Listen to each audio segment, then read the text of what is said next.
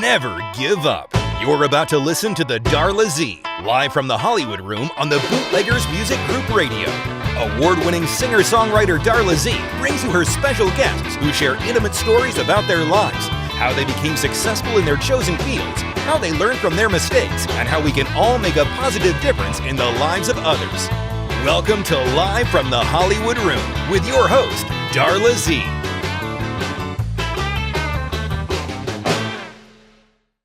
Hi, this is Darla Z coming to you live from the Hollywood Room, and I am so excited today to be welcoming a very special guest, a friend of mine, but a woman who's got an incredible story to tell about her journey to become a judge. Her name is Judge Natalie Mai, and it's my pleasure to introduce her to you right now. I'm Natalie Mai. I have the pleasure and the honor of serving as district judge in Oklahoma County for the last 6 years. I was elected in 2018 and I took the bench in January of 2019 and have served there since. Let's hear about how it all started for you. In other words, let's go with the beginning. Let's go with where you were born. I was born in Vietnam, in Bien Hoa, which is about 30 kilometers north of Saigon. And my parents were from the same town, and all of my grandparents, our entire family are from the same area. I was born in 1979. This is post-war. My dad had left the country when I was about 9 months old, so I never saw or met my dad until I came to the United States. And my mom and I were allowed to leave Vietnam in September of 1989, so I was 10, almost 11 years old at that time. At the time that we came to America was the first time when I first met my dad, and we came to Houston. I did not speak any English, and shortly thereafter started school. Well, that's really interesting. So you came here when you were 10 years old or 9 years old? 10, almost 11. 10 years old. Wow, that had to have been a major change in your life from going up to Vietnam. And so you went into Houston, and so what did your parents do in Houston? So Dad was working in an air conditioning manufacturer there. So he was in an assembly line type job. And so the reason why he left Vietnam was my grandparents owned quite a bit of land in the place where we are from. And so every time the government wanted more land or more things from the family, Dad or one of my uncles or somebody in the family would be taken into custody. So it made things really difficult for him. And he felt like he wouldn't have a future there, especially when I was born, that I wouldn't have a future there. So he and his younger brother had left by boat. So he was one of the boat refugees that you hear about, leaving Vietnam. What that meant was he got onto a fishing boat, and it's a small boat, and they would fill the boat with just full of people wall to wall, and very little food, little water. And so they will go out to sea and hope that someone will rescue them. And someone will usually be either a Navy ship from one of the neighboring countries, or an oil and gas tanker, or just anybody who's out there in the sea. So he and his brother ended up in one of the refugee camps in one of the islands in the neighboring country after floating out for days. And then Dad got picked up by the United States. So he was allowed to become a refugee in the United States, and his younger brother was picked up by the Canadian government. So they got split up there and didn't see each other for years afterwards. So when Dad came here, he didn't have anything, because you can't take anything with you. So he started and did whatever jobs that he could. By the time that Mom and I came, he was working for a manufacturing plant there. When you say that they were taken into custody, I'm interested in that. What do you mean by that? And did they get out of custody, or were they stuck? So my family were entrepreneurs. We owned land and we had businesses. So my grandmother and grandfather had a sugar factory, brick factory, lots of land, things like that. So they would just take you into custody. There didn't need to be a reason. They would just either try to do a traffic stop or they would just come and pick you up. It didn't have to have any legitimate reason. They don't need to. And then also during that time after the war, we just had very little resources in Vietnam. I mean, everything was changed overnight. My family had supported the Southern Vietnamese Army, which is the American side of the war. So if you are known to have supported the Vietnamese Army, then you were just going to be oppressed no matter where you stand afterwards. And then they also changed the money, so you would just get one flat amount or just a maximum that you can exchange. So if you were a family that didn't have resources or didn't have gold or other assets, I mean, you literally can lose your entire fortune overnight. So my mom's family was in transportation, and so all their assets were in physical assets like trucks and things like that. So they didn't fare as well as my dad's family because overnight, mom, who was trained as a teacher, a math teacher, had, and she was in her young 20s at that time, had to leave her profession and go and work along with my aunt, who's her younger sister. They became seamstresses to support the family, even though our family was, I would call them upper middle class at that time. So things just became very difficult. And she would tell me that when I was young, we just didn't have formula or just milk for me. So I was fed on condensed milk, essentially, growing up. Do you think that that background that you had, do you think that that's what made you think about becoming a judge and going into law? Absolutely. I wanted to be a part of a system that gave everyone the same opportunity, the same chance. So procedurally, maintaining that procedural fairness is just extremely important to me because, you know, when you come from, even though I only lived there until I was almost 10, I went to school there. I understand how it all worked. I also understood, even as a child, when my family didn't have to tell me, that I couldn't talk about my dad being in America. I couldn't talk about what our family had or was like before. My mom couldn't tell me about the history of the war or where we were as a family or who we supported because everyone is afraid of getting picked up by the government and just being punished. And they don't punish just one person, your entire family gets punished. And so the way that the government works there is there's household registries, and then whatever household you belong to, you have to be on the registry, and that's how they keep track of everyone. So your movement is not free, your ideas and thoughts aren't free, and you certainly couldn't go and study whatever you wanted. They did not allow English to be taught. You couldn't learn anything that was Western.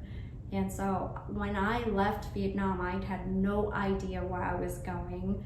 All we thought was that we were never going to see our family again. And when I think back about mom being at that age, she was in her early 30s, leaving the country in the only place she's ever known, leaving her entire family, not knowing whether or not she would ever see them again. Because at that time, Vietnam did not have diplomatic relationships with the United States. So we thought that we would never see family again. And the only communication was through letters. We didn't have telephone. We didn't have any of those ways to communicate with family. So that was really what we thought when we left. And also at that time, when we left the country, we lost our citizenship. We did not have a country until we got accepted into America as American citizens. I bet that was very unsettling. Yeah, as a child, I didn't understand that, but as a young adult and now an adult, I deeply appreciated what that meant and how that feels. When you don't have a place to call home. And that as a mother, I mean, I can only imagine how my mom felt, thinking that she'll never see any of her sibling or her mom or her parents ever again. Okay, so you said that when your dad came here, he had nothing, basically. Right. And then when you and your mom came here, did you have any financial resources then? No, I think she told me we had $200. Wow. And we brought a photo album book that was my baby pictures and whatever she had, and our clothes. It fits into 2 luggages. And I mean, we flew to Thailand where they had a processing center, because at that time we didn't have a diplomatic relationship. So we couldn't even process our paperwork to come into the country until we landed in Thailand, and we were put in a camp there. And so we stayed in that camp for about 7 to 10 days, I think. And we still know some people that we met at the camp. But at that time was when we processed paperwork to be able to go into the country here. Do you remember being frightened at that time? Or I mean, you're 10 years old, it's very unsettling, you've left, you don't think you're going to see your family again. I remember being scared, but I was also excited, because I always knew that my dad was in America, and that America was the place where everyone wanted to be. So the opportunity that I had to leave the country and to be here, and the opportunities that America represented, was something that I just was so excited about. So, and plus I was excited to meet my dad, who I've never seen. So it was a scary moment, because you leave everything you know behind. And of course I didn't know the language, and I just had no idea what it was like. But it was a lot of excitement as well. So now we're in America. We're growing up in Houston. And so you go through a relatively normal childhood. Well, based on the way you're looking, it wasn't so normal. So here's the story with that. And my parents are just really practical people. So, I mean, will give you a synopsis of how they raised me.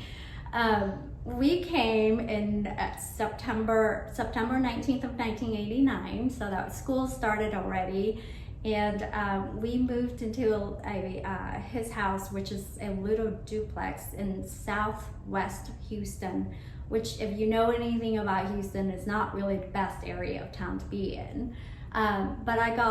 So we were there for about a week, and I just really didn't get to see anything or do anything. So I was bored and I wanted to be in school. So I asked my parents to enroll me in school.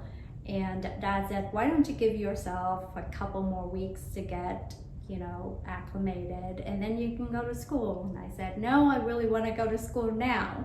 So they took me to get me enrolled, and I'm thinking maybe next week I'll go, just do the paperwork and then go the next week. No, I went that day.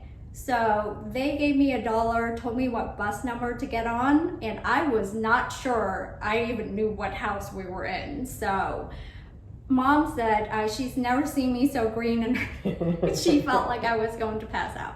But they told me the bus number, gave me $1 for lunch, and apparently I got on the right bus and got myself home and guessed the right house. But what I didn't know was Dad followed the bus to make sure that I got home, but he never told me until I was in high school. So that was my first day of my elementary school in Houston. Yeah. Well, and I like that he was watching you from afar. That's really nice. Yeah.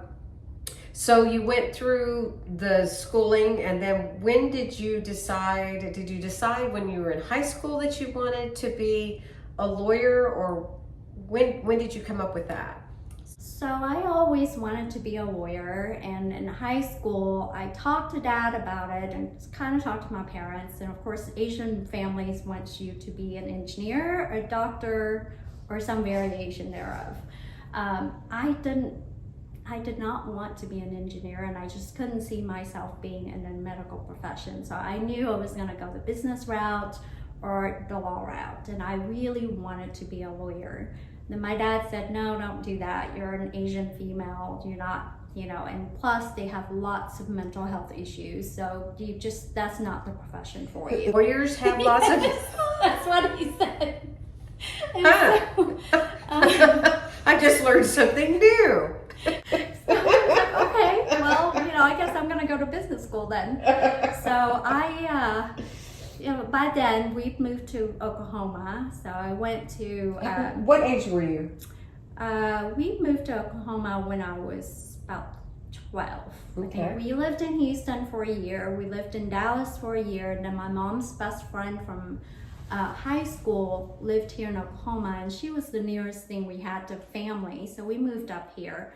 And then my parents worked at a little convenience store, and the three of us worked that store until they were eventually able to buy it. And that's how I grew up, really, was working in the convenience stores until I graduated high school at Westmore.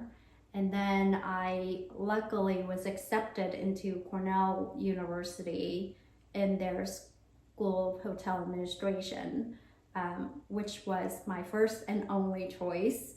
And so I was very lucky to have been accepted, because they accept less than 200 kids from all over the world into the program. That's pretty cool. So I was this little kid from Oklahoma who didn't, had this weird name, and so yeah, the first day of college was very interesting too.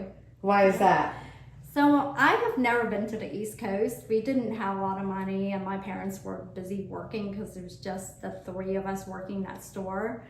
So I got accepted into Cornell only because I met all the alums in Oklahoma, and they were so gracious and telling me about the school and the experience. And back then we didn't have the internet to find out all these wonderful information about the school. You had the brochures, you had the schools that recruited you because of your grades, and then you met people who went there who told you about their experience. So I fell in love with the campus and the school from those stories. But I'd never been to the East Coast. I've never even been east of Arkansas, or like Kansas, anywhere east of Oklahoma, really. Yeah, so Missouri was probably the farthest I've been east at that point. And so when I got accepted, my very first trip was Dad took me up to Canada to pick up my uncle.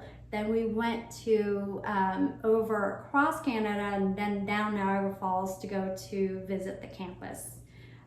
So they allowed us, during those campus visitation days, so I was able to go there. But I never went to New York otherwise until we moved up there.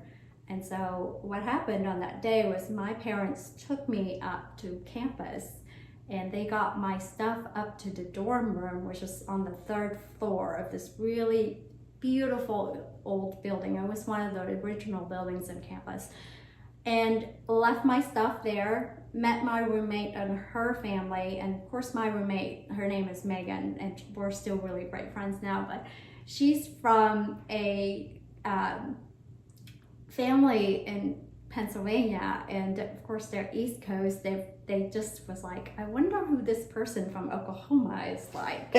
So she expected me to be in cowboy boots and hat and all. Of course, I show up looking nothing like what she expected. And then my parents said, okay, see ya, bye. So they left my stuff there while her parents were like setting up her room and all that stuff. They said, okay, see ya, bye. So everyone was kind of shocked about that. I was not surprised, but they were shocked. Well, it probably the way that they were with you is what made you who you are today, because you're strong and you've got a mind of your own. Obviously, you have to be strong, because as a judge, boy, you're deciding some people's lives. You're deciding their future. If it's a jury trial, of course, the jury tries it, but judges have a lot of say in what evidence comes in, how the case is presented. And so you have to be strong and certain with your beliefs to be able to be a good judge. Right, so you have to have that ability to make a decision, and you have to know that you're doing the best that you can with the information that you have. So being prepared is always just so important, and just knowing yourself and believing that you're doing the right thing. Because the worst thing for a judge is the inability to make a decision.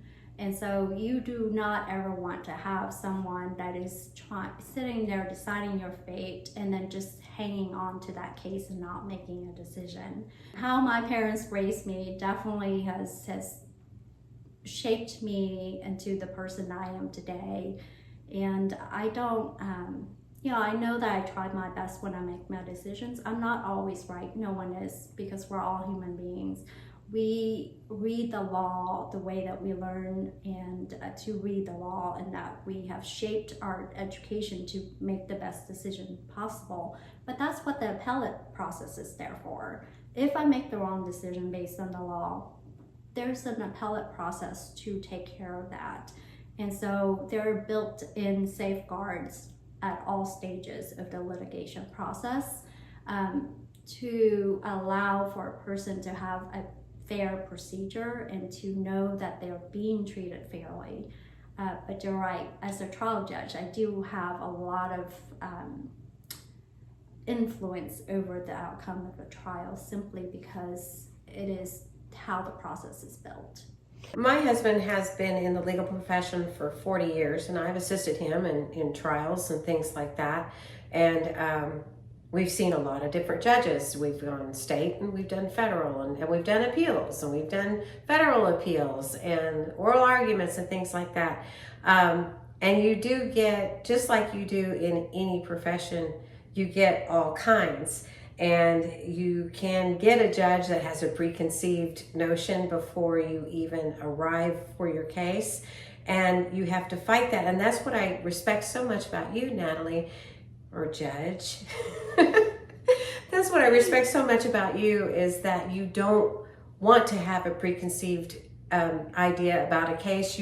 You want to study the law, you want to think about it, you want to read the case law, you want to study your precedent, and based on that, you make your decisions. But that's not always the case with some judges. So I really, really respect your professionalism and integrity, and I love that. So let's go back to Cornell. Yes. You were there, and then you graduated, and then you came here, and then you started practicing law immediately, or how did you get from Cornell to be a judge? Cornell, then I went to Houston to work in the banking industry.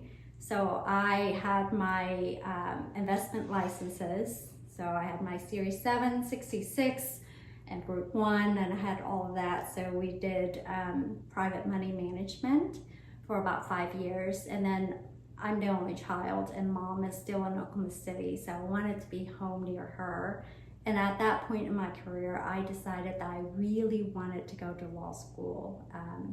I felt like I learned a lot in the financial industry, but it really wasn't fulfilling for me. And I wanted to be in a profession where I constantly have to learn and drive myself to be better. So I went back and went to law school at OCU, and graduated, opened my own practice, and was on my own from there until I decided to run for an open seat. Well, you know, when you said that that law requires you to learn, to this day, 40 years in practice my husband's been, and you still have to learn every single day law. You got to see if there's any new cases out there, and it's very challenging. It's not a set thing. I think in the medical profession, especially when you're a surgeon or something like that, you've got open heart surgery. This is your routine. This is what you do. You open this up, you do this, you do this, you do this. And it's not, unless you get an unusual case, it's pretty much the same thing. But law is not like that, and law is a learning experience every single day, because you have new law that comes out all the time. Our Supreme Court is a perfect example of how laws have changed in the last couple of years, and we won't go there because my show is not about politics, but It's interesting. The Supreme Court is interesting right now. It does require a lot of studying. Of course, we're in state court, so we have to pay attention to the Supreme Court, the U.S. Supreme Court cases, as well as our own courts. And I started out, when I took the bench, I started with a felony docket. So that was where we tried all the crimes, the felony crimes, which are the worst crimes that, members of our society commit. And their days are really, really tough because there are cases that involves young children, sexual abuse, babies. I had a really difficult case when I first came on, where a mom was on trial for stabbing her 9-month-old baby. And it's hard to process some of those cases sometimes. And what I really appreciate of our system is the jury system. And that is that, our citizens come in on Monday morning, everyone boxed about serving on the jury. But once they start and they get sworn in as jurors, they do their job. They will sit and they will pay attention. They will follow the law that the court gives them. I see it time after time after time. Every single time they will follow those instructions. So whatever that the media will say about jurors just ignoring the law or ignoring the court's instructions, I have not personally seen that. I'm sure that it may exist somewhere, but we've just not seen it. And these people will be exposed to some of the worst that society have to suffer from. And, who thinks about going into a courthouse on Monday morning and having to see pictures of all of these crimes and having to decide a person's fate for, the week? And so I really, truly admire our jurors and the things that they have to go through to do their civic duty. And I've just always been so impressed with their diligence and their ability to follow the law, and frankly setting aside their emotions, because a lot of these cases are very, very emotional, and we all as human beings will bring our own experience into the process. But time after time I've seen that they just follow the law and will do what is right and come to a decision. And it's not always easy. Those decisions are hard when you're thinking about having to put away someone for life. It is a heavy, heavy decision to have to make. Yeah, and I can really appreciate what you're saying about the jury system, because when Bill first started out, he was taking a lot of indigent cases, and so we would get some cases that we didn't choose because we were appointed, and we had some of those, we were representing criminal defendants on appeal, and they were some of those awful baby cases and things like that. We did 3 death penalty cases, and we hated it because we sympathized so much with the victims that we couldn't handle it. So I understand what you're saying, because I've seen the evidence on those kind of cases, and it is awful to sit through for you and for the jury. And I too am a big believer in the jury system. I absolutely love it. I keep on getting called in for jury duty, and they take me in there, and then I always get kicked off. I get questioned, and no one ever wants me. So please, would you please take me? I would be the best juror. Now, one thing I do want to ask you though, is as a lawyer, from our perspective, I believe jury instructions are too complicated or complex for jurors to understand. I've been doing law for years and years, have to read it several times to understand what it's saying. Do you think that there should be a more simplified way to instruct a jury as to the elements and some of the other things? They're like written for lawyers. They're not written for lay people that don't understand the complexity in the terms of the law. So I agree with that. And we have in Oklahoma the jury instructions. We have what's called the WEGs, which is the Uniform Jury Instructions. And we have it both for the criminal cases and civil cases. The civil cases, because of some of the case law and the issues involved, can be very, very complex. And so that's where you run into some very complex sets of jury instructions. And so there is a standing committee that is appointed by the Supreme Court, and I'm one of the members for the civil uniform civil jury instructions for Oklahoma. And that's what we try to work on. You can't tailor it for every case, but you can tailor it for a lot of cases. And so we have those standing instructions ready for judges to tailor to their own particular case whenever the situation is appropriate. And so the recommendation by the appellate courts is that you always go to the WEGs first, and then if there's not one that is on point, or it is some obscure statute you're working with, then you have to go through and create your own. But it is a little bit rare now that there wouldn't be something on the books already related to that issue. So we do try to define words and make it simpler. There are just some things in the law that just isn't defined. And so we leave that and we tell them that is how it is going to be.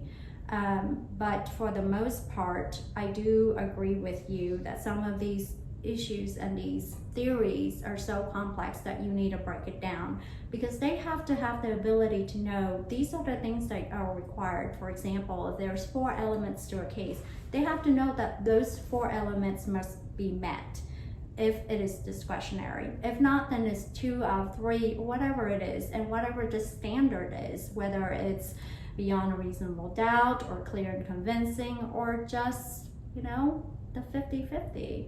And so is it preponderance of the evidence? And so depending on what that particular case calls for, we do have some instructions related to it, but then there are just really complex cases where the way that I do my cases is that I require lawyers to submit jury instructions the week before trial. And the reason why I do that is that I find that some lawyers don't go to the jury instructions first, because those are the things you have to prove in your case, or you have to defend against. So if you don't know what those exact elements are, you're doing a disservice to your client. So I intentionally, whether I give my own set, but I will ask and request, I have a standing order in my courtroom that when we go to pre-trial, I issue that order, and it requires lawyers to submit jury instructions at least 7 days ahead of trial. And so from those, I will compare the 2, and I will come up with my own set, and the reason why I do that, a lot of judges will take one side or the other, or just combine the 2 and take the ones that they feel is appropriate. I create my own set from scratch, because it is ultimately the one thing in a jury trial that the judge is responsible for, besides making calls during the trial on evidence, is the jury instruction. And so it is on the judge to make sure that everything that's necessary is there, and have a discussion with the parties if it isn't, and have the reasons on the record on why something is or isn't there. So I go and I do my own set, and then we start having discussions about what is going to be on the jury instruction about 3 to 4 days in. Once we've had enough evidence to where I know where this is going, we start having those instructions. And then on some complex cases, we do it well ahead of time so that lawyers would know what their duties and responsibilities are. Well, and it's pretty much every jury trial that we have done, the judge always sits up there and says, you know what? I'm the judge of the law, you're the judge of the facts. And that really is the truth. And I'm so thankful that you consider how important those jury instructions are. And I really do I wish so badly that I could be on a jury. I got a federal one recently, and I submitted my little questionnaire Now, I really don't want a 3-week trial. Right. Okay? That's But okay. I'd like a 3-day trial. Right. Now, that's what I'd like to choose. Yeah. So I do a survey afterwards with my jurors, and they will send back these surveys, and it's incredible the things that they'll tell you. And so I keep a file in my office of those surveys that jurors will send back, and a lot of time will say, you know, I really was dreading my experience, but this is the best thing ever. And Oh, that's and wonderful. I really appreciated, you know, even from people who were just so adamant against service, because they feel like they wouldn't add to it, or that just was a waste of their time. They just really feel like they're a part of the system, and they believe in the system. That's the difference, is that they know and they can see and experience how fair the system is, because they see that the both sides have a chance, and then you have a person who's sitting there making calls on the evidence, and then they get to make that decision. It's not just a one person making the decision the entire time. So I tell them that my job in a jury trial is to make calls on the evidence and not get it wrong, so the case didn't get sent back. And then my other job is to get the jury to a verdict. I really don't care what the verdict is. That is not something I care about one way or the other once you get to a jury trial. The verdict will be fair, whatever the jury decides. But my job is to get them to a verdict. Excellent. Well, I am extremely excited that we had this little talk today. I could sit there and talk to you about law all day long, because it is a love of mine.